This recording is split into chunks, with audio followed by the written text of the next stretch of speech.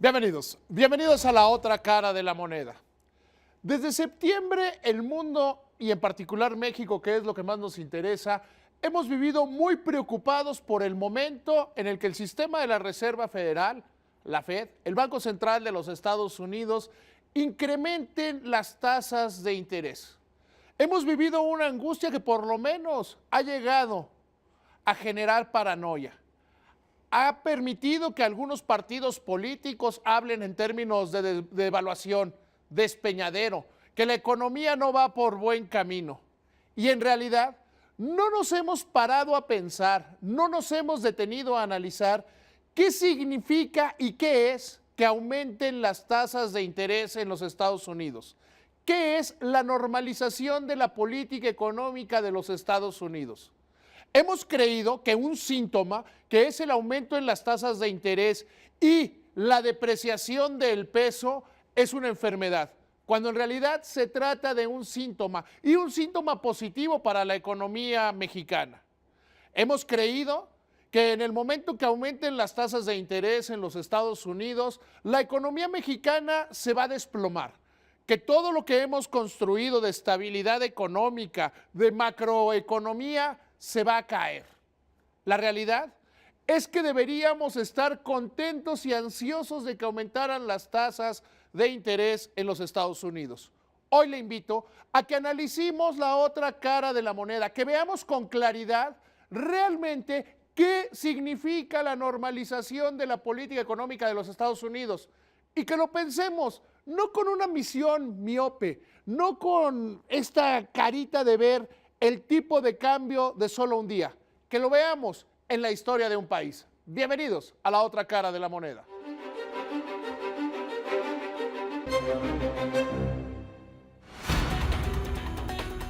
Al incrementarse las tasas de interés, los inversionistas extranjeros pueden ver más atractivo un país. La lógica es idéntica a la de cualquier inversión. El inversionista busca los rendimientos más altos posibles ajustados al riesgo. Para muchas naciones en desarrollo, las altas tasas de interés coexisten con altos niveles de inflación, y el alto nivel de inflación debilita el poder de compra de la divisa. Permítame irme a la parte psicológica del tipo de cambio. Los mexicanos, como lo hemos dicho en algunas otras ocasiones, vivimos con el trauma de las devaluaciones. Recordamos la de la década de los 50, la de los 70 y la pirámide devaluatoria que vivimos durante la década de los 80. Todavía recordamos aquellas devaluaciones de principios de los años 90. Sin embargo, no hemos entendido que las cosas han cambiado radicalmente. Sí, hay muchos mexicanos que siguen confundiendo el nivel de tipo de cambio con la solidez de la economía mexicana. Creímos durante muchísimos años, con una política equivocada en materia económica, que el nivel del peso frente al dólar era el nivel de la estabilidad económica. Durante muchos años, desgraciadamente, tuvimos políticos que prometían defender el peso como un perro, y algunos otros que por no mover la paridad en 1994 ante los secuestros, los asesinatos políticos y en general el sobreendeudamiento que teníamos en dólares, se acabaron las reservas y de ahí que estallara la última gran devaluación conocida como el error de diciembre.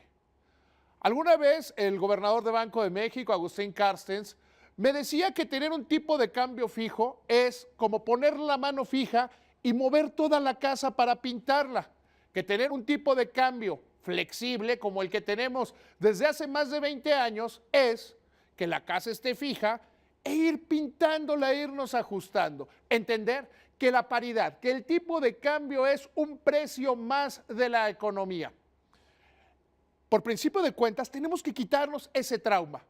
No es necesariamente mejor la economía mexicana si el tipo de cambio está en 14.50 que si está en 15.50. No hay una relación inversamente proporcional entre una y otra cosa. La realidad es que es un precio de la economía. Y, permítame hacerle una figura, Pues no es mejor o peor la economía si el jitomate vale más o menos, si el kilo de aguacate está en 25 pesos por kilo o está en 35. Es un producto de la economía que curiosamente no mueve todas las demás variables económicas. Siendo un país altamente exportador, nos conviene tener un tipo de cambio devaluado porque ese tipo de cambio permite exportar más y ser más competitivos. En la economía interna, tener un tipo de cambio bajo permite que los productos importados sean más baratos. ¿Qué hemos visto a lo largo de toda esta volatilidad del peso frente al dólar? Una devaluación de menos del 8% en su conjunto. Y hemos visto que no ha afectado a la inmensa mayoría de los mexicanos. Teníamos aquel trauma, aquel dolor nacional de la devaluación, porque sabíamos que una devaluación significaba crisis, que una crisis significaba inflación, y la inflación es lo verdaderamente importante. Hoy como nación, como país, tenemos una de las inflaciones más bajas de nuestra historia, similar a la que tuvimos durante el desarrollo estabilizador. Aquella época en la que el país, después de la Segunda Guerra Mundial y hasta la docena trágica en materia económica, crecíamos poquito, pero la inflación también era poquita y significaba, permítame decírselo con todas sus letras, que el país iba avanzando de a poquito, pero iba avanzando bien. Mi padre suele contar una historia que era muy divertida para explicar el desarrollo estabilizador. Él decía que cada 2 años le aumentaban el sueldo o cada que lo ascendían y él decidía si se compraba un coche nuevo o tenía un hijo más. Fuimos 6 hermanos y nunca estrenó coche.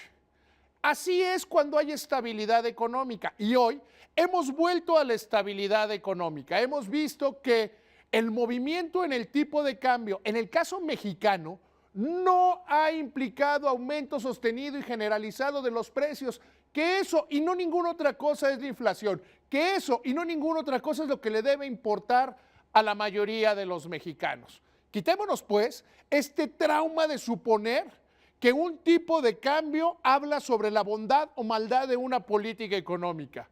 Creer que una economía funciona o no funciona en función de una de sus variables. Importa más el crecimiento económico, la inflación destacadamente, el nivel de bienestar de la mayoría de los mexicanos o algún otro dato económico que es muy relevante. Hoy se ha confirmado ya que el número de mexicanos que van hacia los Estados Unidos está decreciendo en términos reales, cuando el número de centroamericanos está creciendo. ¿Qué quiere decir esto? Que la estabilidad económica está generando oportunidades en México para los mexicanos y que no se tienen que partir las familias. Así las cosas, y una vez que ya nos quitamos ese trauma del tipo de cambio, que ya vimos la otra cara de la moneda, la cara de la moneda correcta, que es lo importante es la inflación, podemos analizar por qué es bueno que el sistema de la Reserva Federal, que la Fed, aumente sus tasas de interés.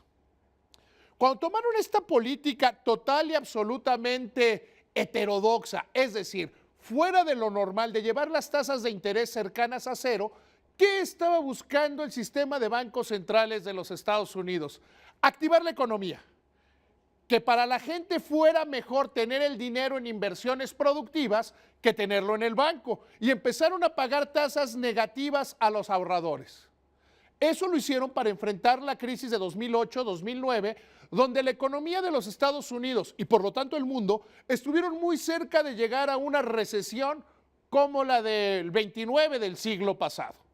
Así las cosas, tomaron esta política para incentivar a la economía, para sacarla de la crisis, para sacarla del bache.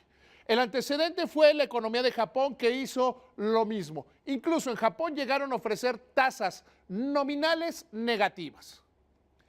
Si el sistema de la Reserva Federal aumenta las tasas, es un síntoma de la recuperación de la economía de los Estados Unidos. Quiere decir que dejaron atrás la crisis económica de principios de esta década y que han tomado un ciclo económico positivo, que han comenzado a crecer como se debe, que han llegado a poner a la economía en los rieles correctos, que la economía de los Estados Unidos comienza a avanzar bien. ¿Y eso qué significa? Significa una recuperación global. No me voy a detener en la recuperación global, solo en la de México. De acuerdo con la mayoría de los análisis, esto puede significar medio punto del Producto Interno Bruto adicional. Es decir, que si estamos creciendo, le gusta el 2%, 2.9% este año, que crezcamos al 3.5%. Y eso es mejor. Somos una economía, por alguna exótica razón, demasiado concentrada en las exportaciones a los Estados Unidos. Entonces, el éxito que tenga la economía de los Estados Unidos es también, en cierta medida, el éxito de los productos mexicanos que se venden en aquel mercado. Sí, somos una potencia automotriz. ¿Dónde tenemos nuestro principal mercado? En los Estados Unidos. Entonces, si en Estados Unidos compran más automóviles, nosotros venderemos más automóviles y eso fortalece a la economía nacional.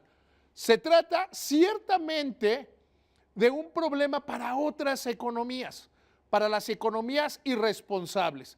Esas economías populistas, Brasil, Argentina, Venezuela, Turquía, Grecia, que tomaron esta política de los Estados Unidos como un salvavidas, que en lugar de hacer por ellos mismos lo que tenían que hacer, se olvidaron y fueron aventando las cosas hacia adelante. Hoy les llegó el momento de pagar facturas. En México, nuestra economía ha logrado tener sólidos fundamentos desde 1995. Hemos tomado medidas económicas correctas, porque les repito, no hay políticas económicas de izquierda ni de derecha, hay correctas e incorrectas. Y hemos hecho lo correcto en materia económica. Así las cosas, para nosotros nos beneficia que regrese la normalidad. Hay quien me puede decir, otra vez volviendo al trauma, al mito, a la cara de la moneda equivocada, oye, pero va a dañar a los importadores. Somos un país más exportador que importador. Nos ayuda incluso a mantener los precios bajos en la economía, que eso beneficia no solo a los que importan, beneficia a todos los mexicanos, que la inmensa mayoría de la gente de este país poco o nada tiene que ver con operaciones en dólares mientras no se reflejan en su bolsillo. Alguien me podrá decir, bueno, pero va a haber salida de capitales, va a haber una corrida en contra del peso. No lo creo. No se ve posible una corrida de capitales porque los capitales ya descontaron desde septiembre, llevamos ya demasiado tiempo tomando decisiones en materia del tipo de cambio. Hay quien ha propuesto, por ejemplo, que Banco de México se adelante, que se anticipe a la decisión de la Reserva Federal para evitar la salida de capitales.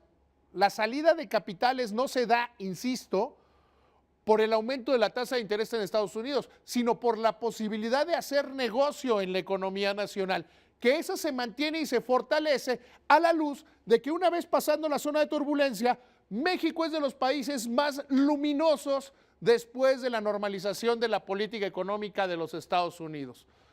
Vamos más allá. Si el Banco Central aumentara las tasas de interés en este momento, como han pedido algunos, a pesar de las continuas, constantes y, por cierto, de consenso general de la Junta de Gobierno de Banco de México, no se resolvería ningún problema. Al contrario, se generaría un problema superior para la economía mexicana que tendría que ver con un menor índice de crecimiento. Le pido que se concentre y que se concentre muy bien.